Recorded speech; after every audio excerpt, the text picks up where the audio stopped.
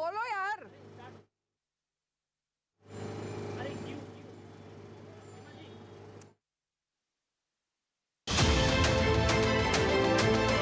Highly distinguished women scientists who played a stellar role in successful launch of mission Chandrayaan 3. Hard work, resilience, and being perfect. The brighter young minds we have, the future is going to be better. We should capitalize this moment and we should take the children forward. I think they are the future of our country. There is much more needs to be explored and understood.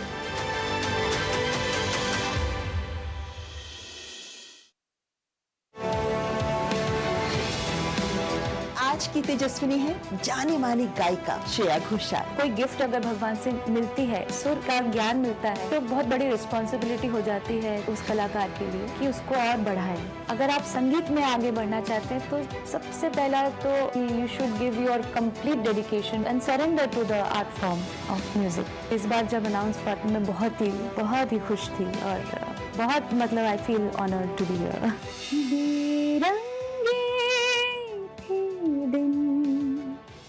बेरंगी शामें आई है तुमसे रंगीनियाँ।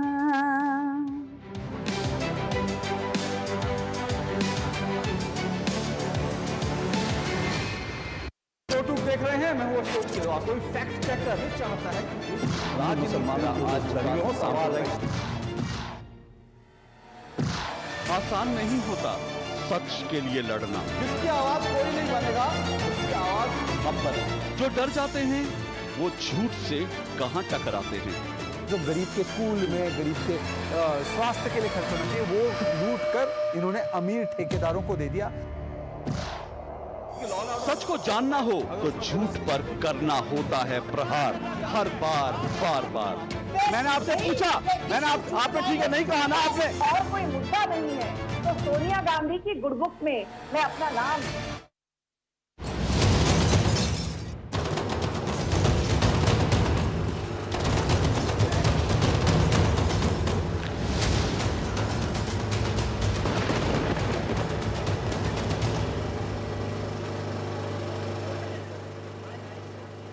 नमस्कार, बड़ी खबर पर बड़ी और सार्थक बहस के साथ हम लेकर हाजिर हैं 5 की पंचायत। मैं हूं आपके साथ रीमा पराशर। ईडी को लेकर, सीबीआई को लेकर कई दिनों से और कई महीनों से हम कहें कि बात चल रही है। विपक्ष जो है हताश है, निराश है और खासकर अब जब चुनाव में भी ईडी की एंट्री हो गई है तो जाहिर तौर पर All the guests, please put the mobile down so that the media can have a good view.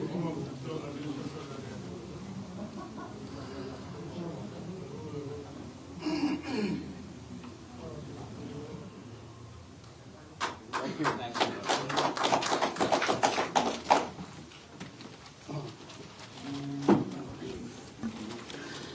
Thank you very much, sir, for launching of this BJP Sankalp Patra for the election to 9th Mizoram Legislative Assembly 2023. I think with this Sankalp Patra, now people will be able to know about what BJP is going to do in the next coming 9th Mizoram Legislative Assembly. As said by our Honorable State President, we are going to be a part of coalition government here in Mizoram. So, next, sir, may I request our Honorable Chief Guest, Shri Jagat Prakash Nadda ji, our National President, BJP, to address the gathering here, sir. Please, sir.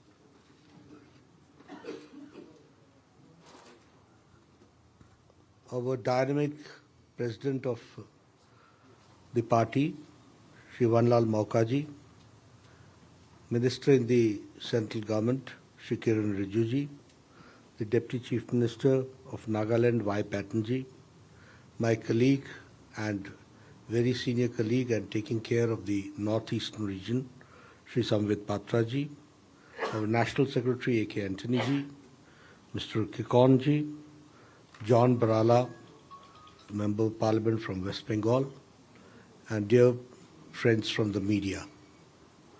It is indeed a matter of great opportunity for me to be here to release the vision document for the next 5 years, coming 5 years, what Bharatiya Janata Party wants to do for the people of Mizoram, and how do we go forward. And I'm here to release the vision document. First of all, I would like to thank and congratulate my colleagues who have put all-out effort to make this vision document a document of reality.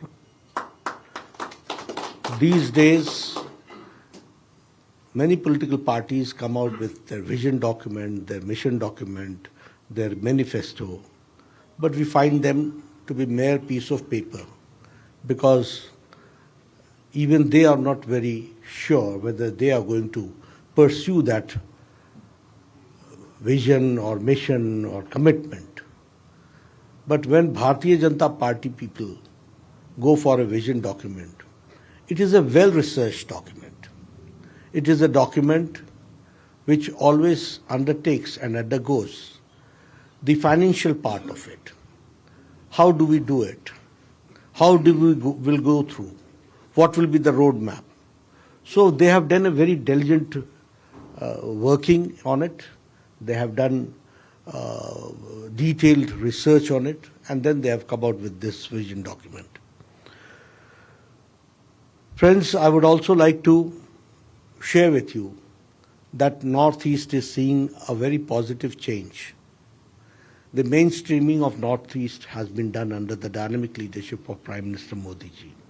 And we find that Mizoram, along with the Northeast, is going in the positive direction and through a series of activities which are going on. Here I would also like to share with you that the Northeastern region and Mizoram along once witnessed Bandh, blockade, insurgency, abduction, target attack and target killing. This was the order of the day. We have seen that. But once when the NDA government has taken over and the Prime Minister Modi has taken over as the Pradhan Sevak of the country, we find that there is peace, prosperity and development which is taking place. I would like to share with you that 80% of insurgency has been reduced in the northeastern region. ASPA has practically, it has been removed from 60, which is to the tune of 66%.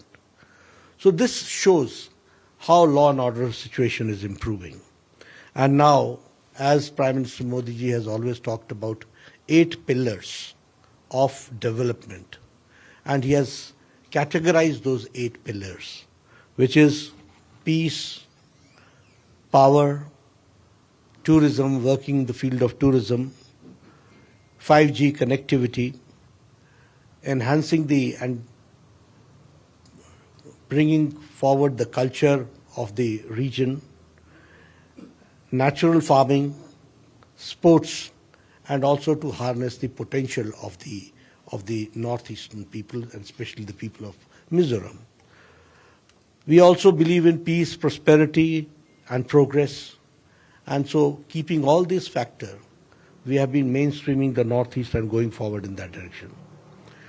When I today launched the vision document, I would also like to share with you that we believe in report card politics. The culture, the political culture of the country has been changed by Prime Minister Modi. Initially, people used to fight elections on the basis of religion, on the basis of caste, creed, area, region, regionalism. These were the factors, and they used to collect votes. And there was a politics of vote bank, which we called as vote bank politics. But since Prime Minister Modi has come, the definition of politics has changed.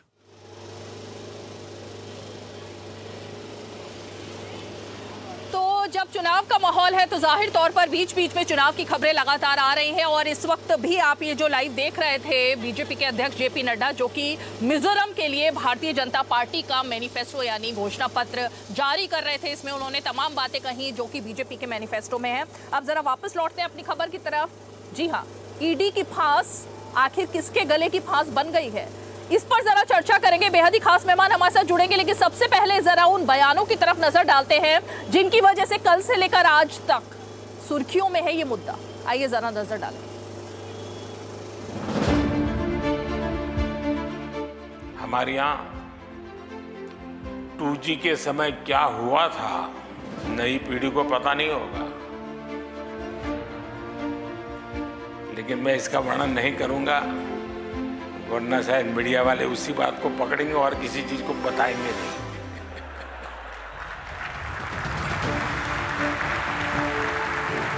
लेकिन ये जरूर कहूंगा कि हमारे कालखंड में 4G का विस्तार हुआ, लेकिन एक दाग भी नहीं लगा है।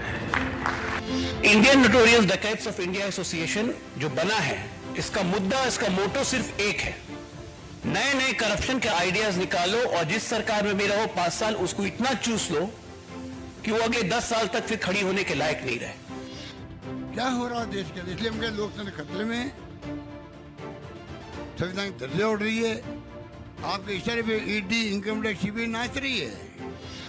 भारतीय जनता पार्टी बखला गई है और राजस्थान में भी बुरी तरह हारने वाले हैं और इस कारण से हमारे प्रदेशाध्यक्ष हम 12-12 साल पुराना कोई केस है उसको लेके अभी वो उसके यहाँ छापा डालें, इसका मतलब डिस्टर्ब करना चाहते हैं। हर तरीके से भारतीय जनता पार्टी हताश है और उनको लग रहा है कि लोगों का विश्वास भारतीय जनता पार्टी से कम हो रहा है, इसीलिए किसी तरीके से अपने विरोधियों को बैकफुट पे लाने के लिए, डराने के लिए, धमकाने के लिए ये सारी कार्रवाइयाँ चल रही हैं।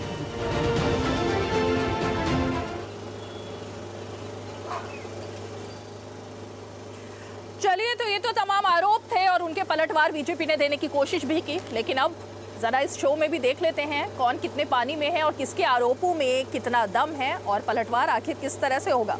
खास मेहमान हमारे साथ जुड़ गए हैं, मैं परिचय करा देती हूँ अपने मेहमानों का। हमारे साथ बीजेपी का पक्ष रखने के लिए शिवम त्यागी मौजूद हैं और कांग्रेस का पक्ष रखने के लिए हमारे साथ कांग्रेस के प्रवक्ता सुरेंद्र राजपूत मौजूद हैं। इसके अलावा हमारे साथ जेडीयू की तरफ से बात करेंगे हिमराज राम जी, हमारे साथ अजय कुमार पांडे जी जो कि लोक जनशक्ति पार्टी के प्रवक्ता हैं, वो जुड़ गए हैं। इसके अलावा हमारे साथ तृणमूल कांग्रेस, क्योंकि बंगाल में भी एक मंत्री की गिरफ्तारी हुई और उसके बाद तमाम आकलन लगाए जा रहे हैं, एडवोकेट मोहम्मद तौसीफुर रहमान जी जुड़ गए। लेकिन शिवम त्यागी, शुरुआत में आप ही से करना चाहूंगी, ये राजस्थान का जो मामला है, कांग्रेस कह रही है कि भाई 12 साल हो गए हैं इस मामले को और अब जब राजस्थान में चुनाव है तभी ईडी सीधे अशोक गहलोत, उनके बेटे और तमाम नेताओं के पास पहुंचती है।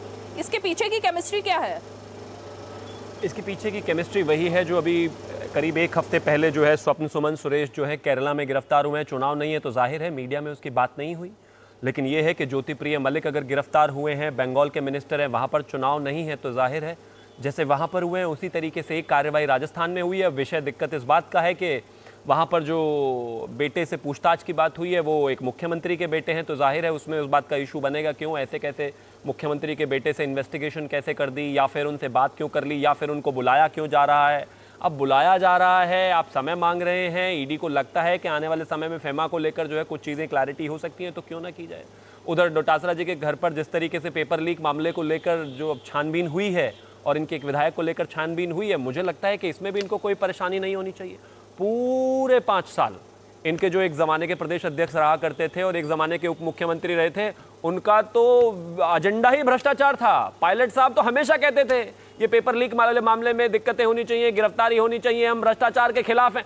आज कार्रवाई हो रही है तो कहते हैं नहीं नहीं ये तो जो है बिल्कुल गलत हो रहा है, ये तो एक तरीके से राजनीतिक कार्रवाई है। और सबसे ज़्यादा जो मेरा विरोध है वो ये कि गहलोत जी ने कहा कि इतने तो देश में कुत्ते भी नहीं घूम रहे जितना ईडी घूम रही है। सत्य ये है गहलोत जी कि इतने ये जो घमंडिया के लोग हैं, कुर्ता पहन के नेता घूम रहे हैं, ये नेता नहीं भ्रष्टाचारी हैं। ये जो कुर्ता पहनकर घूम रहे हैं ये भ्रष्टाचारी नहीं चोर हैं। ये जो कुर्ता पहन के घूम रहे हैं ये 2G घोटाले वाले हैं। ये जो कुर्ता पहनकर घूम रहे हैं ये मनी लॉन्ड्रिंग केसेस में बेल पर हैं।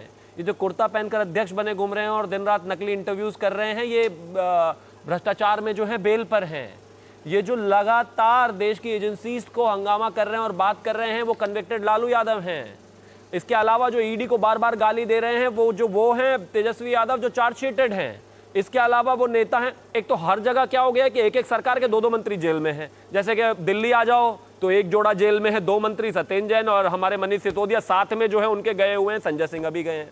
अगर हम बात करें बंगाल की तो पार्था चैटर्जी गए थे ही, अभी फिर ज्योतिप्रिय मलिक चले गए। अगर तमिलनाडु की बात करें तो वी सेंथिल चले गए। आप मुझे एक चीज़ बताइए, हर पार्टी में हर चुनी हुई सरकार में इनको एक तो सरकारें कम है लेकिन मिलजुल कर जो भी मिलती है एजेंडा सिर्फ यही रहता है, जैसा कि अभी प्रेस कॉन्फ्रेंस में कहा गया कि बस 5 साल में राज्य को इतना लूट लो कि आने वाले समय में वो राज्य कभी खड़ा ही ना हो पाए। विषय साफ है, अगर देश में घोटाला करोगे, सरकार में घोटाला करोगे, भ्रष्टाचार में लिप्त रहोगे और उसके बाद सोचोगे कि ईडी कार्रवाई ना करे तो माफ कीजिए, इस बात पर तो आपको सुप्रीम कोर्ट ने भी लताड़ लगाई थी। जब आप सुप्रीम कोर्ट में गए थे कि ईडी की इस तरह की कार्रवाई ना हो, हमें पहले प्रायर नोटिस दिया जाना चाहिए, इसके अलावा गिरफ्तारी ना हो बिना सुप्रीम कोर्ट के दखल के, उस पर तमाम चीज़ों पर इस देश के सुप्रीम कोर्ट ने कहा था कि आप प्रिविलेज तो है नहीं। अब अगर आप मुख्यमंत्री के बेटे हैं तो इसका ये मतलब तो है नहीं कि आप ईडी के रडार से बच जाएंगे, या फिर एक पार्टी के प्रदेश अध्यक्ष हैं तो आप बच जाएंगे, या विधायक हैं तो आप बच जाएंगे। माफ कीजिए, इस समय भ्रष्टाचारियों की एक इतनी बड़ी जमात या तो जेल में है या बेल पर है कि उनकी भी अगर एक पार्टी बना देना तो राष्ट्रीय स्तर की पार्टी तो वही बन जाएगी इकलौती। उसमें मंत्री भी हैं, केंद्रीय मंत्री भी हैं, प्रदेश अध्यक्ष भी हैं, पूर्व मंत्री भी हैं। ओके, हाँ ठीक है, मैं आती हूँ इस मुद्दे पर भी, लेकिन आपने तो कुर्ता पहनने वालों को एक तरीके से कैटेगराइज जो कर दिया। कुर्ता तो सभी पहनते हैं शिवम त्यागी, अब उसमें आपने जो कुर्ता पहनते हैं वही भ्रष्ट है, ऐसा नहीं। मैंने भी पहना हुआ है। हाँ, ओके, वही मैं कह रही हूँ, कुर्ता तो आपने भी पहना हुआ है, भ्रष्टाचारी कुर्ते वाले। अच्छा ठीक है। सुरेंद्र राजपूत जी, मैं इस मुद्दे पर जरा पहले गौर फरमाना चाहूंगी आपका कि जो भी वजह हो, ईडी और सीबीआई पर तमाम आरोप लगा रहे हैं विपक्ष के सभी नेता, आप भी लगा रहे हैं, लेकिन क्या जिस तरह का अशोक गहलोत जी का बयान आया है, किससे तुलना की है ईडी सीबीआई की, एजेंसियों पर किस तरह का विश्वास रह गया ये आप लोगों का? मतलब भविष्य के लिए मैं बात कर रही हूँ कि क्या एजेंसियों को इस तरह से कैटेगराइज करना ये सही परंपरा है? बिल्कुल सही परंपरा है रीमा। सच बात यह है कि जिस तरीके की भाषा का, जिस तरीके का विद्वेषपूर्ण व्यवहार जो हो रहा है और जिस तरीके के लोगों की चीजें आ रही हैं सामने, तो निश्चित तौर पर एजेंसियों का संवैधानिक स्थायित्व भी खत्म और खतरे में है और उनकी इज्जत भी खत्म। आप बहुत स्पष्ट समझ लीजिए कि जब चुनाव के समय पे भारतीय जनता पार्टी की बड़ी स्पष्ट चीज सुनिए ना, कहते हैं कि ये लोग अपनों को, शिवम त्यागी जी जैसे तो अभी खैर अभी आगे बढ़ना है, इनको भगवान करे आगे बढ़े, अच्छा बोलते, जो अपने लोग हैं उनको ये लोग सीडी से निपटाते हैं और जो विरोधी पक्ष के लोग हैं उनको ईडी से निपटा देते हैं। और जब ये तथ्यहीन आरोप लगा करके ईडी लाते हैं, आप इस चीज को मैं आपसे ही रीमा सवाल पूछता हूं, मुझे उम्मीद है कि आप कम से कम सरपंच है हमारी, सम्यक जवाब देंगे। जो केसेज अगर 6 या 7 पेपर लीक राजस्थान में हुए हैं तो 13 से 14 पेपर लीक हुए हैं उत्तर प्रदेश में और 6 से 7-8 पेपर लीक हुए राजस्थान में। तो अगर राजस्थान में ईडी की कार्रवाई होती है बिल्कुल, तो अगर भाजपा के राज्य योगी आदित्यनाथ के राज्य में उत्तर प्रदेश में तो ईडी की कार्रवाई नहीं होती उसी पेपर लीक पर। आप या तो किलो में तौल लीजिए या आप लीटर में माप लीजिए। गुजरात में कोई ईडी की कार्रवाई नहीं होती है। आप ईडी की कार्रवाई पेपर लीक पर करते हैं। 69,000 शिक्षकों का मामला उत्तर प्रदेश में, जिसमें यहाँ का एसपी इलाहाबाद का 2 घंटे सिर्फ दूर था मुख्य अभियुक्त को, जो कि भारतीय जनता पार्टी का मंत्री बताया जा रहा था, उसको गिरफ्तार करें, तुरंत उसका ट्रांसफर कर दिया जाता है, जांच एसआईटी को सौंप दी जाती है। उसकी जांच का क्या हुआ आज तक नहीं पता। कोई ईडी नहीं, कोई सीबीआई नहीं, कोई इनकम टैक्स नहीं, कोई कुछ नहीं। व्यापम से बड़ा घोटाला 69,000 शिक्षक भर्तियों का उत्तर प्रदेश में है, वहां ईडी नहीं। व्यापम के गुनहगारों पर ईडी नहीं, गुजरात के पेपर लीक वालों पर ईडी नहीं। तो मैं ये कहता हूं कि जब पेपर लीक है तो बराबर का अगर आप मामला रखेंगे, राजस्थान में आप ईडी की कार्रवाई कर रहे हैं तो उत्तर प्रदेश में भी करिए, गुजरात में भी करिए, मध्य प्रदेश में भी करिए। तो हम एजेंसीज को इस तरीके से नहीं नवाजेंगे। जब आप सेलेक्टिव अप्रोच यानी सूंघ करके काम करते हैं कि विरोधी पक्ष में काम करना है, तो निश्चित तौर पर कहीं ना कहीं गुस्से में ये सारी बातें निकलेंगी जरूर। इस चीज को जान लीजिए। आप भी जानती हैं कि आपको अगर कोई पूरी तरीके से पीछे करेगा, प्रताड़ित करेगा, जानबूझ करके जेंडर उस पर टारगेट करेगा या एंकर के रूप में टारगेट करेगा या किसी आपकी जाति के रूप में टारगेट या किसी भी आदमी टारगेट करेगा, तो आपको गुस्सा आएगी ना। अगर टारगेट करे तो सबको समान भाव से करे।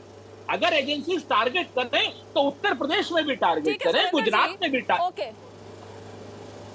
ठीक है, नहीं ये सवाल इसलिए खड़ा हुआ था। आप जाहिर तौर पर जो आपका गुस्सा है वो समझ में आ रहा है, लेकिन अगर सचिन पायलट राजस्थान में खुद कहते हैं कि पेपर लीक की एक थॉरो इन्वेस्टिगेशन होनी चाहिए, और अब वही सचिन पायलट, क्योंकि जाहिर तौर पर अब एक अलग तरीके से बातचीत हो चुकी है, अपनी सरकार को डिफेंड भी करना है, अब अगर वो ईडी और सीबीआई के खिलाफ बात कर रहे हैं तो ये भी तो एक सवाल पैदा होता है ना कि कांग्रेस के अंदर से ही सुर निकले थे जांच के पेपर लीक के लिए। आपको मैं पूरी जिम्मेवारी से कहता हूं, जो सचिन पायलट ने जांच की बात करी, उस जांच का पूरा स्वागत है। जांच ऑलरेडी स्टेट की एजेंसी कर रही है। जैसे उत्तर प्रदेश की स्टेट की एजेंसी एसआईटी जांच कर रही है ना 69,000 शिक्षकों की, जैसे गुजरात की जांच की एजेंसी जांच कर रही है, ऐसी राजस्थान की जांच की एजेंसी भी जांच कर रही है। मेरा ये कहना है कि ईडी की एंट्री सिर्फ राजस्थान में क्यों? सचिन पायलट ने राजस्थान में ईडी की एंट्री कभी नहीं मांगी। आप एक स्टाफ क्या नाम एक स्टेटमेंट दिखा दीजिए। जांच की मांग की थी अशोक गहलोत साहब ने, उसको मान लिया। उत्तर प्रदेश में योगी आदित्यनाथ ने एक क्या नाम अपराधी को बचाने के लिए, एक आरोपी अपराधी को बचाने के लिए उस जांच की दिशा ही मोड़ दी और सीधे सीधे एसआईटी को दे दी। उस एसआईटी का क्या हुआ ये एक तरह शिवम त्यागी जी से पूछ लीजिएगा कि भाई 69,000 शिक्षकों में एफआईआर हुई, गिरफ्तारियां 8-10 कोचिंग वालों की हुई, एसपी जो था इलाहाबाद का किसी एक बड़े नेता के गिरेबान तक पहुंच गया था, 2 घंटे में उस एसपी को हटा दिया गया। कोई ईडी की जांच नहीं, कोई सीडी की जांच नहीं, कोई सीबीआई की जांच। ये जब दोहरा रवैया अपनाते हैं ना रीमा, तब जाकर के ये परेशानियां आती है। अगर ये सिंगुलर रवैया, मैं आपसे एक जिम्मेवारी से प्रश्न पूछता हूँ, जो जवाब आप सुनिए, सिर्फ 5 सेकंड, दोहरे रवैये पर सिर्फ 5 सेकंड।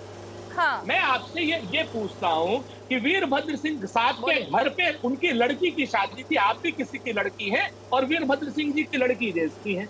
जिस दिन शादी थी मंगल का दिन था, मंदिर अपनी बेटी को ले गए थे, सीबीआई और इनकम टैक्स उनके घर पे थी, मुख्यमंत्री थे, वो मर गए उसी सदमे में। मैं पूछना चाहता हूँ भारतीय जनता पार्टी से क्या निकला उनके यहाँ से? आप मुझे बताइए, 5 साल पहले गहलोत जी के यहाँ छापा मारा था, क्या निकला? डीएमके के एमके स्टालिन के यहाँ छापा मारा था, क्या निकला? क्या नाम शरद पवार साहब को आपने तंग किया था, उनके यहाँ से क्या निकला? हाँ, उनके यहाँ जो आरोपी 70,000 का था, उस 70,000 करोड़ का जो नरेंद्र मोदी जी ने कहा, उसको आपने उप मुख्यमंत्री बना करके खजाना मंत्री जरूर बना दिया। उस हेमंत बिस्वा शर्मा को 2-2 ट्रक आपने वो करी, उसके बाद मुख्यमंत्री बना दिया। एक तो आपने, अच्छा ठीक है, मैं आती हूँ, मैं शिवम त्यागी से इस पर रिएक्शन लूंगी क्योंकि बाकी के 3 मेहमान भी मेरे साथ जुड़े हुए हैं, वो भी वेट कर रहे हैं। लेकिन ये तो एक तरीके से दुर्भाग्यपूर्ण सा लग रहा है मुझे कि ना तो स्टेट की एजेंसियों के बारे में अब अच्छे ढंग से बात की जा रही है, ना ही राष्ट्र की एजेंसियों के बारे में अच्छे ढंग से बात की जा रही है। सभी का माहौल सा बनाया जा रहा है ना। ये तो फिर विश्वास किया जाए तो किस पर किया जाए? अगर इस तरह से विपक्ष का रवैया रहेगा, नहीं मैं तो विपक्ष की भी बात कर रही हूँ ना। पहले शिवम त्यागी इस पर जवाब देंगे, फिर जरा मैं आगे बढ़ती हूँ। रीमा जी, अब इन्होंने कहा कि किसी का जो भविष्य है वो ईडी से बर्बाद कर देते हैं, किसी का सीडी से कर देते हैं। अब मुझे एक चीज बताइए, मेरे पास अगर सीडी है भी और उसमें अगर किसी का कुछ है नहीं तो वो बर्बाद कैसे होगा? और ईडी में अगर किसी ने घोटाला किया ही नहीं तो उसका करियर भी कैसे बर्बाद हो जाएगा? अगर बर्बाद हो रहे हो तो इसका मतलब कुछ ना कुछ जरूर है। सुरेंद्र जी, कोई तो मामला है जो इतना भड़क रहे हैं गहलोत जी ईडी से, लग रहा है कुछ पुख्ता सबूत हाथ लग गए। आप भी पिछले दिनों राजस्थान थे, मामला आप ही ज्यादा बेहतर क्लियर कर सकते हैं, आप ही बताएंगे ये तो कि मामला क्या हाथ लगा है। लेकिन विषय ये नहीं है, कार्रवाई ना करें, इन्हीं के उप मुख्यमंत्री जो है पूरे राजस्थान में रैली निकालें और हर सभा में, हर नुक्कड़ पर कहें हम भ्रष्टाचार के खिलाफ लड़ रहे हैं, जांच होनी चाहिए, पेपर लीक मामले में जांच होनी चाहिए। अब ये सुने या ना सुने, वो हैं तो इस देश के नागरिक। मुझे लगता है बाकी एजेंसीज ने सुन ली और उन्होंने कार्रवाई कर दी, तो अब इस बात पर भी भड़क रहे हैं कि कार्रवाई क्यों कर रहे हैं, इन्वेस्टिगेशन क्यों कर रहे हैं। बात एक साफ है, नेता कोई भी हो, पार्टी कोई भी हो, अगर विषय इस तरह का रहेगा, इस तरह की चीजें होंगी, भ्रष्टाचार होगा, घोटाला होगा, तो माफ कीजिए आपको इससे कोई इम्यूनिटी नहीं मिलेगी। लेकिन जहां तक भाषा की बात है, नेताओं को गाली देना कांग्रेस का कोई बहुत नया कल्चर है नहीं, लेकिन अब एजेंसीज को भी इस तरह की भाषा का इस्तेमाल अगर आपने करना है तो कीजिए, मैं तो कहता हूं शुभकामनाएं। लेकिन अगर आपको लगता है कि ईडी को गाली देने से उनकी जो तेजी है, या फिर यूं कहिए उनकी जो चीजें हैं, जिस तरीके से जांच आगे जा रही है, आप चाहते हैं कि वो रुक जाए या वो डीरेल हो जाए, तो बिल्कुल नहीं होनी चाहिए। क्यों हो? और अंत में मैं बस एक ही चीज और कहना चाहता हूं कि जिस तरीके से इनका ट्रैक रिकॉर्ड है, पार्टी कोई भी रही हो, कहीं ना कहीं ये साफ रहा है कि प्राइमा फेसाई सारे के सारे कोई बेल पर है, कोई जेल में है। आप कोर्ट को जाकर बताइए कि आप बहुत ही ईमानदार हैं, टीवी पर बताने की आवश्यकता ही नहीं पड़ेगी। हिमराज राम जी, शिवम त्यागी जो बात कह रहे हैं, कोई जेल में है, कोई बेल में है, कम से कम एक आपकी पार्टी तो इस गठबंधन में ऐसी दिखाई दे रही है जिसमें अभी बेल और जेल का मामला आया नहीं है। भले ही आपके सहयोगी आरजेडी तमाम आरोप लगा रहे हो, या आप तो इंडिया गठबंधन का तमाम जो लोग हैं वो आरोप लगा रहे हो, लेकिन हिमराज जी, क्या ईडी सीबीआई अब उस हिसाब से काम करें कि कौन किसका बेटा है, कौन किसकी धर्मपत्नी है, किसका कौन रिश्तेदार है, बंगाल से लेकर देश भर में? क्या अब नीतीश कुमार जिस भ्रष्टाचार के खिलाफ बात करते थे, अब उसका दायरा ऐसा सीमित होना चाहिए क्या जांच का? मैं आपसे जानना चाहूंगी कि रिश्तेदार और भाई बहन नाते रिश्तेदार सब देख करके उसके बाद ईडी कार्रवाई करे। देखिए, अभी देश में जो सबसे बड़ा भयंकर माहौल जो उत्पन्न हुआ है भारतीय जनता पार्टी के शासन में, संवैधानिक संस्थाओं का इस तरह से दुरुपयोग आजादी के बाद पहली बार भारतीय जनता पार्टी के शासन में हुआ है। लोकतंत्र की हत्या भी आजादी के बाद पहली बार भारतीय जनता पार्टी के शासन में हुआ है। संविधान पर खतरा जो उत्पन्न हुआ है भी भारतीय जनता पार्टी के शासन में पहली बार उत्पन्न हुआ है। और देश की जनता तबाह और बर्बाद हुआ है, वो भी पहली बार भारतीय जनता पार्टी के शासन में हुआ है। और भारतीय जनता पार्टी के प्रवक्ता बड़े जोश और खरोश में बोल रहे थे, कुर्ते वाले चोर। हम तो कहते हैं कि पूरे देश की जनता देख रही है, भारतीय जनता पार्टी के नेता 100% नेता चोर हैं। चुनाव आयोग का रिपोर्ट, एनसीआरबी का रिपोर्ट, सबसे इस आरोप के पीछे कोई जानकारी है या कोई सबूत है? अरे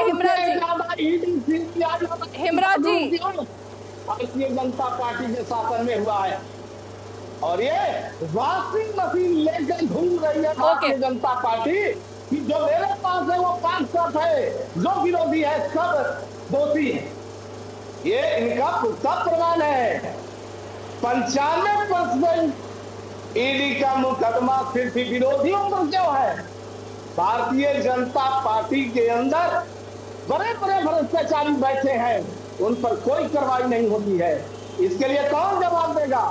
ये सबके पीछे एक ही कारण है कि भारतीय जनता पार्टी के 2 टर्म के शासनकाल को जनता ने नकार दिया है और इससे फैला गई है भारतीय जनता पार्टी और विरोधियों पर अंकुश लगाने के लिए, विरोधियों को फंसाने का काम कर रही है और इसके लिए ईडी, सीबीआई और आईटी का उपयोग कर रही है। चुनाव आयोग के रिपोर्ट जो दीजिए आप। मैंने सवाल यही किया था आपसे, सुनिए ना, सुनिए हिमराज जी, मैंने यही पूछा कि अभी तक आपकी पार्टी बची हुई है, तो बीजेपी की क्या कोई खास दिलचस्पी है आपकी पार्टी में कि आपकी पार्टी पर अभी तक शिकंजा क्यों नहीं कस पाया है? अरे हिमराज जी सुनिए ना, ब्रेक लगाकर। हिमराज जी आवाज आ रही है आप तक? थोड़ा सा ब्रेक लगाकर सुनिए। मैं यही तो जानना चाह रही हूँ, आपने जो कैटेगराइज किया बीजेपी को, आपने जो कैटेगराइज किया, अभी तक मैं वही तो जानना चाहती हूँ कि जेडीयू के साथ क्या बीजेपी की साठगांठ है क्या कुछ? अभी तक आपकी पार्टी के ऊपर शिकंजा क्यों नहीं कसा है सीबीआई ईडी का, जो आप आरोप लगा रहे हैं? इंडिया गठबंधन के मजबूत घटक दल है और मजबूत लीडर हमारे आदरणीय नीतीश कुमार जी है और उनका एक ही मकसद है 2024 में भाजपा मुक्त भारत बनाना, भाजपा को गद्दी से उतारना। सवाल का जवाब नहीं दे रहे हैं इमरान जी आप अभी। बोलिए सवाल क्या है आपका? सवाल ये है कि जेडीयू पर सीबीआई ईडी का शिकंजा क्यों नहीं कसा गया अभी तक? आपकी पार्टी के कोई नेता पर अभी तक शिकंजा क्यों नहीं कसा सीबीआई ईडी ने? ये मैं जानना चाहती हूँ। है हिम्मत तो हमारे नेताओं पर करके देख ले, है हिम्मत तो हमारे किसी भी लीडर पर उंगली उठाकर देख ले। एक एक चीज का पोल हम लोग खोलेंगे भारतीय जनता पार्टी के नेताओं का, सबका शिक्षा हमारे पास है। ओके अजय कुमार पांडे जी, ओके अजय कुमार पांडे जी जरा जवाब देंगे, क्योंकि बिहार से आप दोनों ही पार्टियां आ रही हैं और मैं यहाँ पर इस वक्त मध्य प्रदेश में मौजूद हूँ हिमराज जी। और मध्य प्रदेश में जब नीतीश कुमार अपने उम्मीदवारों की बात कर रहे हैं और अब जब इस अलायंस के खिलाफ जाकर बात हो रही है, तो ये सवाल भी पूछे जा रहे हैं कि क्या वाकई में अभी गठबंधन चल रहा है या नहीं चल रहा है? अजय कुमार पांडे जी जवाब देंगे। मैं तो आज हंसी आ रही है मुझे, दूरदर्शन पे बड़ी गंभीर, सार्थक और तर्कपूर्ण बहस का मैं आदी रहा हूं, लेकिन चलिए राजपूत जी की बात से शुरू कर लेते हैं। उन्होंने कहा कि ईडी की कार्रवाई का विरोध नहीं है, विरोध इस बात का है कि वह सिर्फ राजस्थान में कार्रवाई हो रही है, उत्तर प्रदेश में नहीं हो रही है। गूगल खोलिए, देख लीजिए यूपी में कहाँ कहाँ ईडी की कार्रवाई हुई। वो दृश्य याद होगा आपको जहाँ ट्रक भरे नोट बरामद हुए इत्र व्यापारी के यहाँ, किसका था किसका नहीं था, किसने कार्रवाई की, याद कर लीजिए। ED conduct searches in Uttar Pradesh at several place, 27 April. आगे बढ़िए, अगस्त, ED conduct raid in Uttar Pradesh in money laundering case probe against Atiq Ahmed. मतलब मैं सीरीज बता सकता हूं, राजस्थान का बता सकता हूं, मध्य प्रदेश का बता सकता हूं कि ईडी वहां कहां कहां कार्रवाई कर रही है। इसलिए यह जो बेबुनियाद बात यहां राजपूत जी कर रहे हैं, पहले इसको हम इसका जवाब दे देते हैं। अब आ जाइए बिहार पे रीमा जी, जहां आपने सवाल पूछा है। अरे भाई वो चैलेंज कर रहे हैं कि हम पे करके बताओ। ऐसा ही एक चैलेंज संजय सिंह भी किया करते थे, बता दिया तो बिहार में भी बता देंगे। 76% मंत्री इनके दागी हैं वर्तमान कैबिनेट में। आप जनता दल को इस तरह से छूट मत दीजिए रीमा जी। और तो और जो डी फैक्टो चीफ मिनिस्टर हैं तब हमारी सरकार नहीं थी, अपने हलफनामे में 20 केस का हवाला दे रहे हैं। और जानकर आपको दुख होगा कि वो 20 केस ईडी और सीबीआई की तो छोड़ दीजिए, जो शायद हमने लगाया, अपने पार्टी के सेक्रेटरी के मर्डर का आरोप इनके आरजेडी की खुशबू यादव लगा रही हैं डिप्टी चीफ मिनिस्टर पर। तो वहां कोई दूध का दूल्हा नहीं है। इन्होंने जिसको कानून मंत्री बनाया वह वांटेड की लिस्ट में था। और कल तेज प्रताप यादव के खिलाफ पटना के फैमिली कोर्ट ने डोमेस्टिक वायलेंस एक्ट में सजा मुकर्रर की है। क्या वो भी हमने करा दिया? तो सवाल इस बात का नहीं है कि आपको दिखता नहीं है, आप देखना नहीं चाहते, और उसका कारण क्या है वो मैं बता देता हूं। यहाँ यह कांग्रेस की परिपाटी रही है संस्थाओं का बेबेजा इस्तेमाल करने की। हमारी सरकार में सरकार अलग है और संस्थाएं अलग हैं, जो सबूत के हिसाब से काम करती हैं, टाइमिंग से याद नहीं काम नहीं करती। मैं आपके इंफॉर्मेशन और ब्रॉडकास्टिंग मिनिस्टर का टेप दिखा सकता हूं, जो दूरदर्शन को और चैनल को फोन करके कहा करते थे कि ये खबर रोक दीजिए। ये आपकी परिपाटी है, हमारी नहीं। ठीक है, ओके अजय जी, 2 आपने अहम आरोप लगाए हैं। मैं जरा उस पर रिएक्शन लूंगी क्योंकि तौसीफ जी बहुत देर से इंतजार कर रहे हैं। तौसीफ जी थोड़ा सा इंतजार और, लेकिन हिमराज जी आप जवाब दीजिए जो आरोप लगा है, और उसके बाद सुरेंद्र राजपूत जी जवाब देंगे, उसके बाद मैं आगे बढ़ूंगी। एक एक जवाब। हिमराज जी। बात नहीं आती थी, मीडिया पर विरोध नहीं होता था, आपने तो मीडिया को खरीद के रखा। अक्सर मीडिया के लोगों को आपने संगठन में फंसा के रखा। उस पर आते हैं आरजेडी के मंत्री और बिहार की बात करते हैं और बिहार की सरकार की बात करते हैं। क्लाइमेट लीडर कहलाने का सौभाग्य भारत के एक ही व्यक्ति को आदरणीय नीतीश कुमार जी को है। अगर आपके पार्टी के अंदर बड़े बड़े ईमानदार और बड़े बड़े त्यागी पुरुष बाबा बैठे थे, क्यों नहीं क्लाइमेट लीडर की संज्ञा दी गई उनको? तो देश में आपकी धज्जी उड़ रही है, विदेशों में धज्जी उड़ रही है। आपने तो रोजगार देने का मतलब क्या, कितना रोजगार दिया आपने? तो किसानों की किया था चुनाव से पहले, कितना किसानों की किसानों की को आत्महत्या करने पर मजबूर किया। शर्म आनी चाहिए ऐसी बातें बोलने के लिए। देश की जनता का वोट लेते हो, देश की जनता के वोटों से सरकार बनाते हो, और जब जनता पूछती है कि मेरे वादों का क्या हुआ, तो उनको अंगूठा दिखाते हो। उन्होंने कुछ और बात कही थी, उन्होंने कुछ और बात कही थी, उन्होंने कुछ अलग तरीके से उन्होंने लिस्ट लेकर आरोप लगाए। हिमराज जी, उन्होंने लिस्ट लेकर आरोप लगाए ना, मैं उनका जवाब चाह रही थी। लेकिन बहरहाल सुरेंद्र राजपूत जी, ये जो बात की जा रही है बेजा इस्तेमाल, तोता भी कहा गया था ना सुप्रीम कोर्ट की तरफ से सीबीआई को, उस दौरान तो यूपीए की सरकार थी।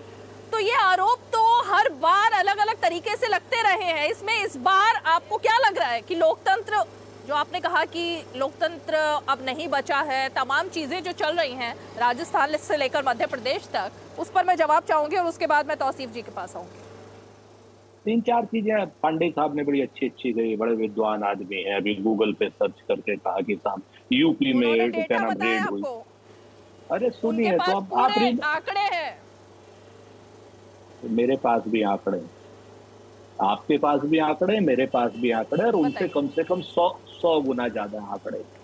बस उनके पास और मेरे पास में अंतर क्या है कि 2014 से पहले सत्ता क्या नाम प्रतिपक्ष के पास मीडिया होता था, 2014 के बाद सत्ता के पास मीडिया है। बात सिर्फ उतनी सी है और कुछ नहीं। मैं आंकड़े ही दे रहा हूँ आपको।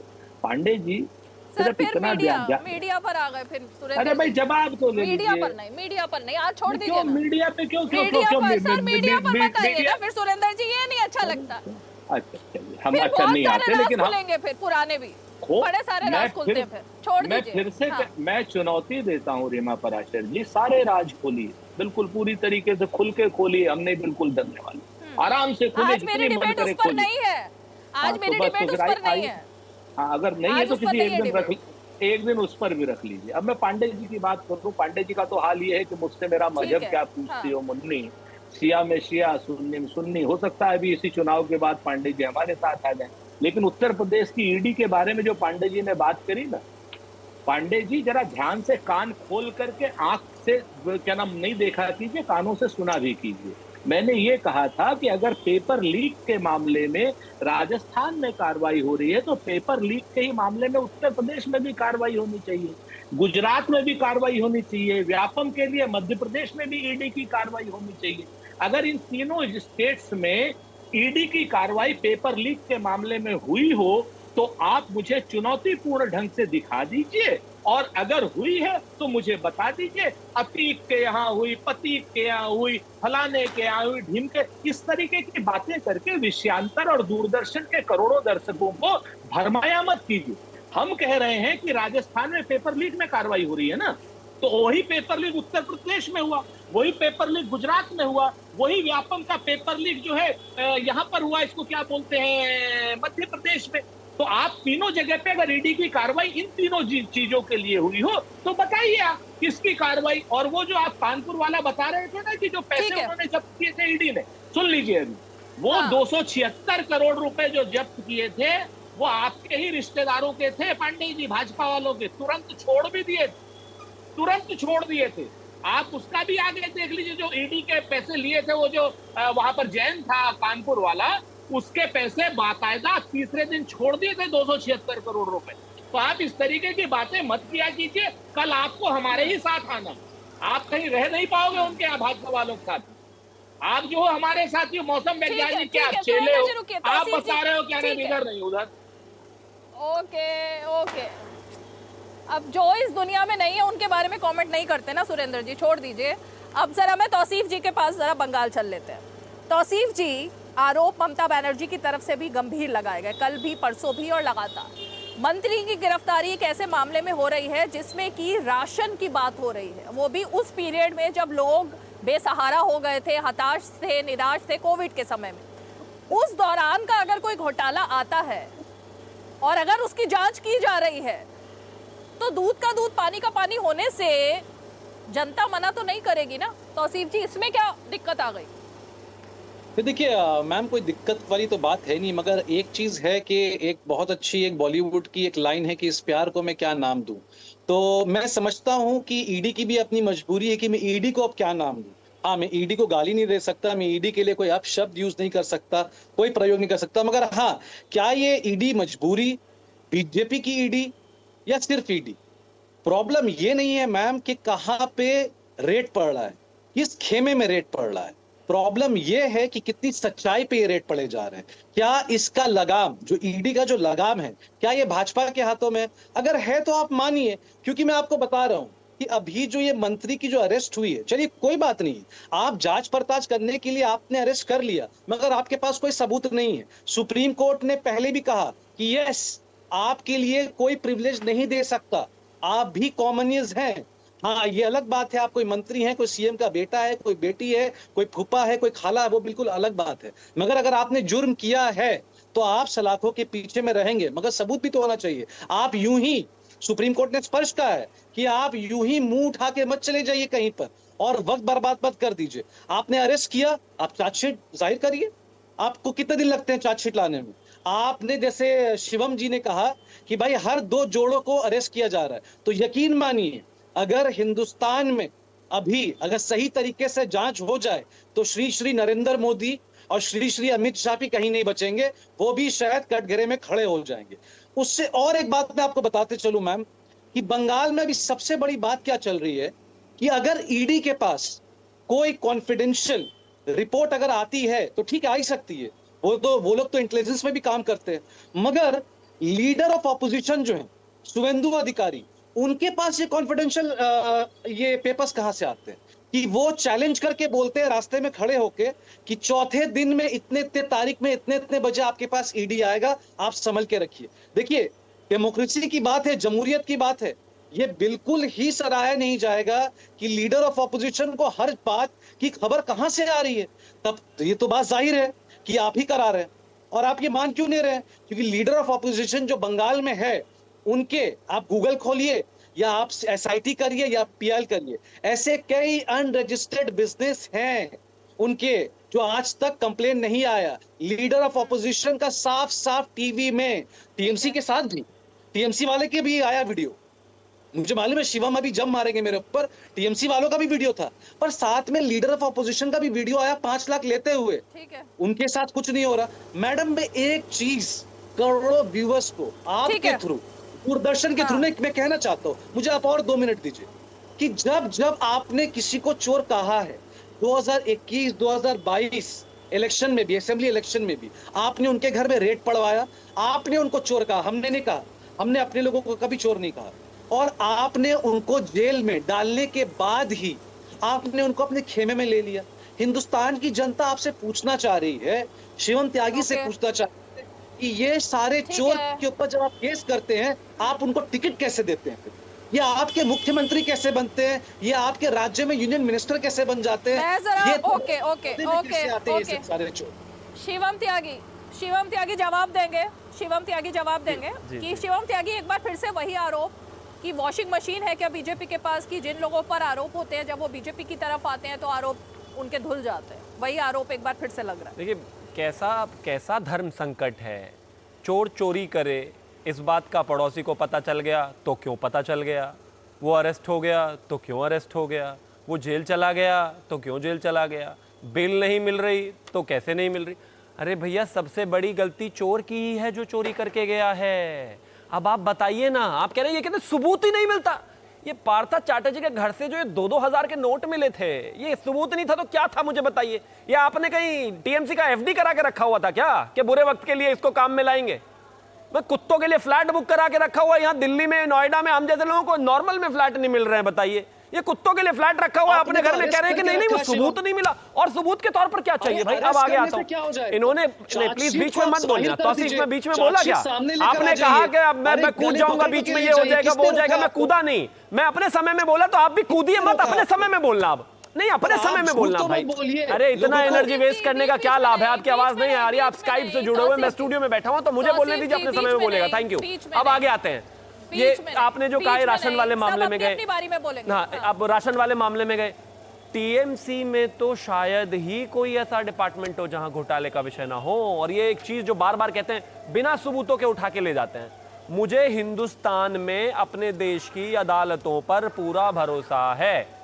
जितने भी लोग आज तक गिरफ्तार होकर गए हैं, 2 महीने, 4 महीने, 6 महीने, 8 महीने, 1-1 साल में जेल से मिले हैं, और ऐसी स्टेटमेंट्स हैं, चाहे वो पत्राचार वाले मामले में संजय राउत का विषय रहा हो, चाहे पी चिदम्बरम का विषय रहा हो, चाहे पार्था चैटर्जी का विषय रहा हो, चाहे मनीष सिसोदिया का विषय रहा हो, चाहे सत्येंद्र जैन का विषय रहा हो। एक आदमी बता दीजिए जो अब तक अपने आप को एक्विटल करा पाया हो। और ऊपर से टॉप बॉसेस से शुरू कीजिए, सोनिया गांधी और राहुल गांधी जी से शुरू करके और नीचे तक आ जाइए, एक विधायक तक।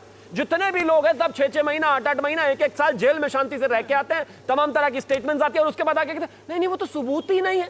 अरे सबूत नहीं है तो यह कोई शरिया लॉ थोड़ी ना चल रहा है भाई, कानून है यहाँ पर।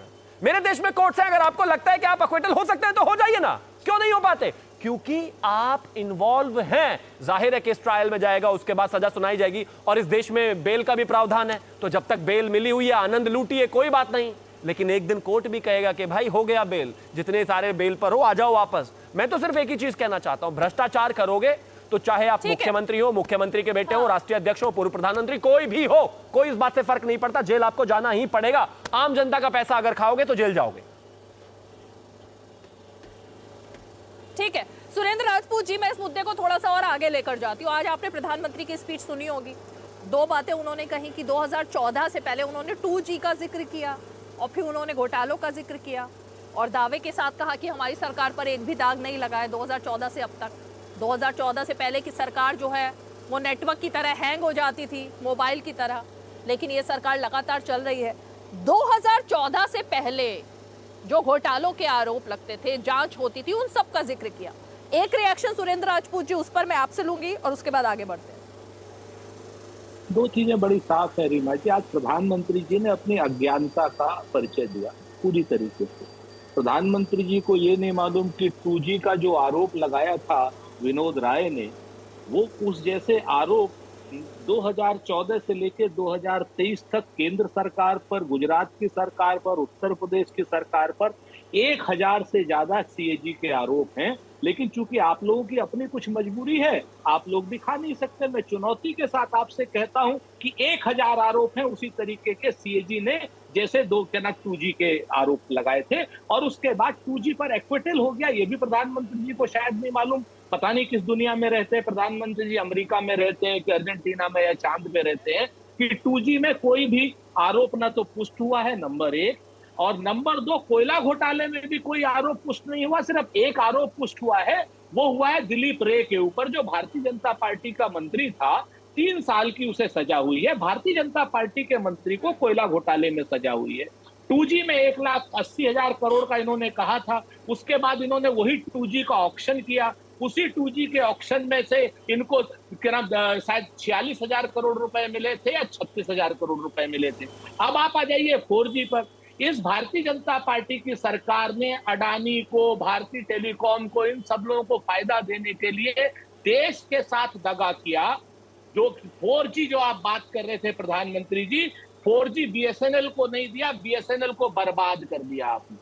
BSNL जो देश की नवरत्न कंपनी थी उसको लूट लिया, बर्बाद कर लिया, निर्लज्ज तरीके से खत्म करके BSNL को, चूंकि आपने 4G BSNL को नहीं दिया, जियो टेलीकॉम को दिया आपने, वो भारतीय एयरटेल को दिया आपने, वोडाफोन को दिया आपने, 4G जो है BSNL को नहीं जन्म दिया, उस जिसकी वजह से आज की डेट में BSNL बंद हो गई है। तो प्रधानमंत्री जी को तो देश से और BSNL के लोगों से माफी मांगनी चाहिए। और ये जो 4G और 5G की बात कर रहे हैं, सच बात ये है। वक्त कम है, एक क्विक रिएक्शन शिवम त्यागी से इस मुद्दे पर लूंगी मैं। वक्त कम है सुरेंद्र जी, मैं क्विक रिएक्शन शिवम से लूंगी इस पर, और फिर मैं जरा पांडे जी के पास अंत में चलूंगी। जी देखिए, बड़ा विषय साफ है कि 122 लाइसेंसेस 2G स्पेक्ट्रम मामले में बांटे गए थे, जिसमें कि कोई बिड नहीं हुआ था, पहले आओ पहले पाओ मामले में हुआ था, और उसमें कहीं ना कहीं चीजें हैं, सबूतों की कमी पड़ी, जिसके कारण लोग बरी हुए। लेकिन भारतीय जनता पार्टी की सरकार में नहीं हुआ था भाई। सीएजी की रिपोर्ट बाहर आई थी, हंगामा हुआ था सदन में आप ही के विषय में, हमने नहीं कहा था, और जब माहौल बना उसके बाद आप ही के समय में एफआईआर हुई थी, उसमें भारतीय जनता पार्टी का रोल नहीं था, तमाम तरह की चीजें आप ही के सामने आई थी। और मैं तो सिर्फ एक ही चीज कहना चाहता हूं, कहीं पर भी रहेंगे, चाहे केंद्र में होंगे, राज्य में होंगे, कोई एक सरकार तो कम से कम 5 साल तो क्लीन चला दीजिए। मैं कह तो रहा हूं आपको, भारतीय जनता पार्टी की 14 से 19 की या फिर 19 से 24 की किसी एक सरकार में कोई तो घोटाला मिला हो। आज 4G के जो लाइसेंस आवंटन हुआ उसमें कोई भी किसी तरह का बताइए चेक्स एंड बैलेंस, कहीं पर भी कोई दिक्कत आपको नजर आई हो? कहीं पर भी किसी तरह की कोई सीएजी रिपोर्ट बाहर आई हो? कहीं पर भी किसी को पहले आओ पहले पाओ का मामला किया गया हो? कहीं पर भी इस तरह की कोई दिक्कत नजर आई हो? लेकिन कांग्रेस का मतलब ही भ्रष्टाचार है। इनको सरकार में लाना यानी कि राज्य का और देश का बंटाधार करना, यानी कि 5 साल में ही ये लूट कर अपनी तिजोरियां इतनी भरेंगे कि राज्य और प्रदेश और देश को पूरी तरीके से खोखला करने पर लग जाते हैं। और वही काम इन्होंने किया है। आज 2014 से हम 2023 में आ गए हैं। आप मुझे कोई भी एक ऐसा विषय बताइए, अब तक तो कांग्रेस कर नहीं पाई है। वो अलग बात है कि आजकल यूट्यूब वीडियो बहुत बन रहा है नकली, किसी के साथ भी बैठकर कुछ भी बना दिया, क्योंकि जाहिर है उस पर तो कोई सेंसरशिप है नहीं और उस पर तो किसी पर बोलने का रोक टोक है नहीं। यूट्यूब बहुत चल रहा है इनका, लेकिन आए तो नेता बनने थे भाई, प्रधानमंत्री बनने आए थे। सुरेंद्र जी, आंकड़ों पर आपने चैलेंज किया था, इसीलिए वो आंकड़ों पर बात कर रहे हैं। सुरेंद्र जी, मैं विषय बता दूं जल्दी से, 2 मिनट बचे हैं। हाँ, आप जमीन से लेकर के आसमान तक सारे के सारे चीजों में भारतीय जनता पार्टी की महाराष्ट्र सरकार ने, गुजरात सरकार ने, भारतीय जनता पार्टी की केंद्र सरकार ने राफेल समेत, अरे पांडे जी आप मत बोलो भाई, आप तो हमारी तरफ आने वाले हो आप। अरे भाई ना ईडी चलेगा ना सीडी चलेगा, डीडी को चलने दो, डीडी को चलने दो, 20,000 का जो पैसा है वो जो किसका है, नोटबंदी से बड़ा घोटाला कोई हो तो बता दीजिए। ओके, आप एक नहीं, राफेल का घोटाला कितना ठीक है, समय आएगा सीबीआई को वो भी पता चलेगा। सर आप भी प्रूफ के बिना बात कर रहे हैं। सुरेंद्र जी, आप जैसे वरिष्ठ प्रवक्ता अगर ऐसे बात करेंगे तो कैसे होगा? अगर मेरे को 10 सेकंड में मेरे को तो बस एक ही चीज कहनी, देखिए सुरेंद्र जी मेरे बड़े भाई हैं, बड़े सम्मानित हैं, मैं इनको वैसे भी प्रेम बड़ा करता हूं, लेकिन देखिए फोन ही काट कर चले गए। लेकिन मैं यही कहना चाहता था इनको कि भैया घोटाले के बारे में कांग्रेस को तो कम से कम बात नहीं करनी चाहिए। ऊपर के टॉप 20 नेता जो है ना, वर्ल्ड कप से बड़ी टीम बना देंगे अगर घोटालेबाज नेताओं की लिस्ट ही आउट कर दे। तो मैं फिर से वही कहता हूं, बेल का प्रावधान इस देश में है, इस वजह से पार्टी इतनी कंफर्टेबली चल रही है, वरना हालात खराब हो जाए। जिस तरीके से इनके मतलब ए लिस्टर्स और बी लिस्टर्स नेता हैं, सारे के सारे तो बेल पर है। अजय जी, वैसे सुरेंद्र जी अब हमारे साथ नहीं है, लेकिन क्या ये बात सही हो रही है, वो जो चैलेंज करके गए कि आप चुनाव बाद उनके साथ आने वाले हैं, कहीं जा रहे हैं क्या आप अजय जी? दिल बहलाने को गालिब ये ख्याल अच्छा है, अगर उनकी करतूत सही होती तो हम इधर ना होते। तो मध्य प्रदेश में चुनाव चल रहा है, एक भ्रष्टाचार का मुद्दा सरकार के खिलाफ ले आए, बता दें किसने रोका है। अभी तो चुनावी माहौल है ना, सरकार पर भ्रष्टाचार का आरोप नहीं साबित कर पा रही है, न लगा नहीं पा रही है मध्य प्रदेश में। और इसीलिए जो मुद्दा चाहे वो ईडी का हो, सीबीआई का हो, एजेंसियों के दुरुपयोग का हो, लेकिन सवाल ये भी है कि अगर भ्रष्टाचार मुक्त भारत की बात प्रधानमंत्री कर रहे हैं तो उससे दिक्कत आखिर किसको है?